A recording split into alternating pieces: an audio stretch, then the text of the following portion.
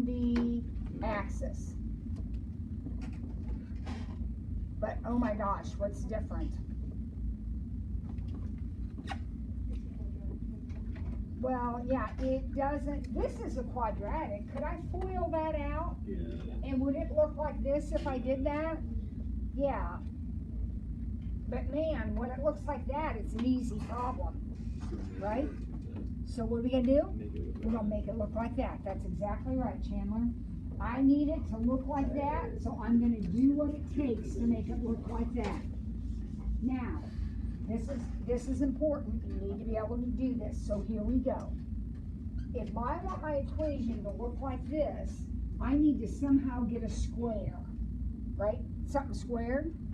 And to get something squared, we use a procedure called, you know it, completing the square. Now, in order to complete the square, Stuart's having a hard time back there. You all right, Stu?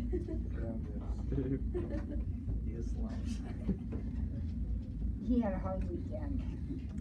What happened? Oh, he went to Kings Island yesterday. Oh, that's fun. Kentucky Kingdom. Kentucky Kingdom. All right, so here we go. First thing, if I'm going to complete the square, I'm going to add the 4 to the other side.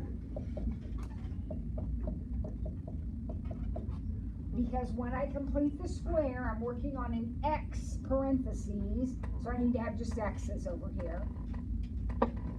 And this is the part we hate, but we need to get rid of that 3.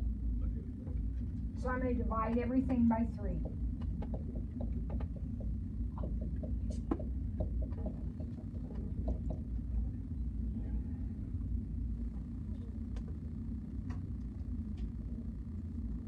Everybody so far so good? All right, now unfortunately, this is the kind of arithmetic we get ourselves involved in. This is not going to be fun. We have to take half of this number. Remember? You have to take half of that number. What is half of 5/3? 5/6. Very good. And then do you remember what you do with the 5/6? Square. You square it. You take half of this number and square it. So I'm going to add 25/36 to both sides.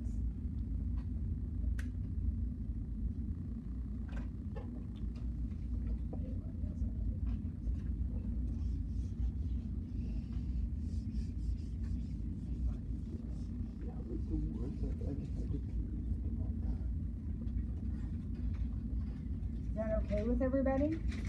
Now, over here, I'm going to add these two together. So to do that, I'm going to get a common denominator. So what would my common denominator be with 3 and 36? 36. So this one has to be times by 12. So that's 48 and 25, 73, 36.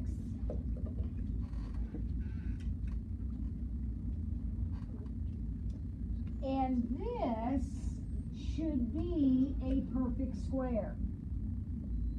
This guy right here should be a perfect square. X plus what? 5/6. Perfect.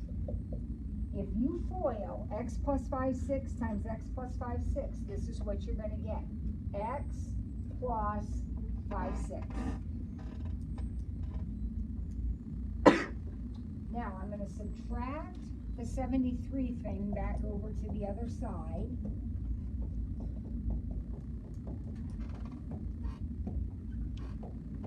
And then there's one more step. Do you have any idea what the very last step might be?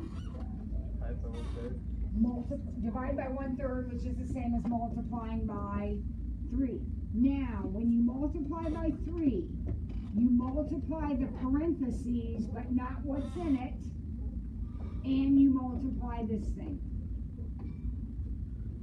So I multiply this by 3, this by 3, and this by 3.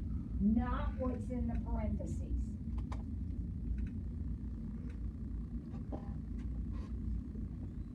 Well, that was a lot of work, but now I can answer the question. Where's my vertex?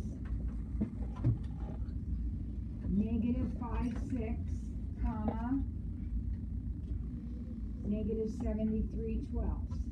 Kids, don't be confused by that. How is this parabola then moved? Left 5/6, down 73/12. What is its axis of symmetry? X equals negative 5/6. Now you're thinking to yourself, I hate that. I do too. Not as much as the step function, but I don't like this very much, but it is what it is. So let's do another one. Yeah, Miss Clark, can I go to the bathroom real quick? Is it an emergency? Yes, it is. I swear it's an emergency. I've been waiting for a while. Alright, hurry up. Okay, let's pick another one. Let's try 32, because it has a negative in it. Alright, so we are going to repeat the process for problem number 32.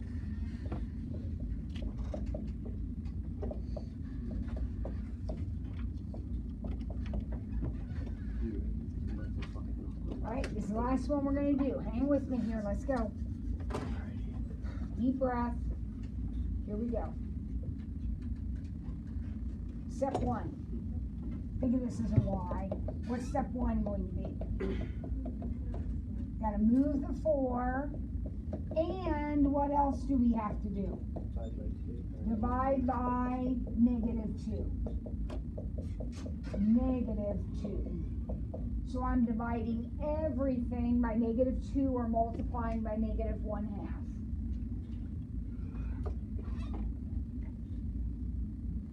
Okay, so those are the two things we have to do before we can even start. Get the 4 moved over and get rid of that negative 2. All right, now I'm ready to actually complete the square. So remember what I do. I take this number right here, and what do I do to it? Multiply by 1/2, take half of it. So what's half of 7/2? 7/4. And then square it. So you are going to add 49/16 to both sides. Does that make sense? Now I need to combine these two. So I'll think of this as 32/16. So what does that leave me with? Negative 32 and positive 49 is what? 17.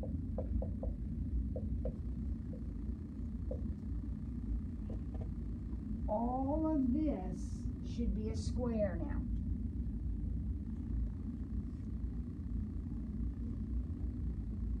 Any idea what that square will be? X plus 7/4. You're exactly right. If that's what you said, you are right on target.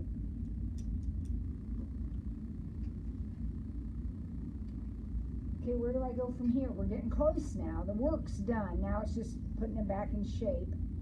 Now we got to move the 17 back over.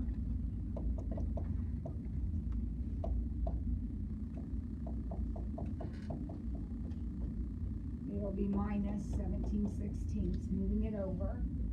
And then what do I have to do? Multiply by negative 2. So I'll have negative 2, x plus 7/4. Remember, you do not multiply what's in the parentheses. You multiply the parentheses and this number.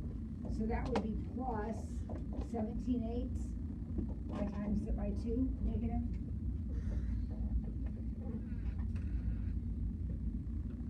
So you should be able to look at that equation now and tell me my vertex is where. Negative 7/4, comma, 17/8. And my axis of symmetry is x equals negative 7/4. All right, now time out, because now I'm going to make you mad, because this takes forever. And it's full of bad arithmetic. Here's a shortcut. probably learned it last year. Anybody remember? Does this look at all familiar to you? The axis of symmetry has a formula. X equals negative b over 2a. Does that look familiar to you?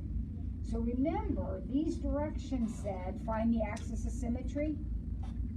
So another way of finding the axis of symmetry is to use your formula.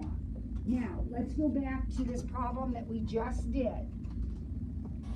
Okay, negative b would be 7 over 2a would be negative 4. Did our axis of symmetry turn out to be negative 7/4? Wow, that was a whole lot easier, wasn't it? Now, though, you still need to find your vertex. So here is your axis of symmetry using the shortcut. How would I find my vertex using the shortcut? You know the x-coordinate is negative 7/4 because the x-coordinate of the vertex will always be the axis of symmetry. How am I going to get that y-coordinate? I'm going to plug it in right here. I'm going to plug it in right here. So I still have some arithmetic. Negative 2 times 49/16 minus 7 times negative 7/4 minus 4. Negative 49/8 plus 49/4 minus 4 over 1. The common denominator.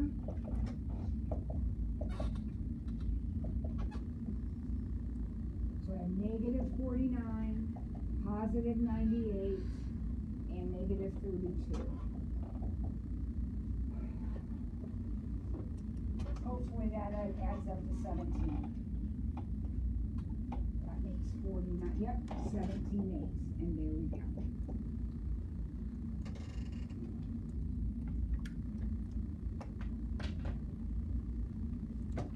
Okay, so what's the moral of that story? Somehow you got to find the vertex and the axis of symmetry. You now have two options, right? And you will pick the option that works best for you. Okay, I'm going to shut up. And you have, about 12 minutes to do some review work. And why is your phone out? Huh? You're not going to play music.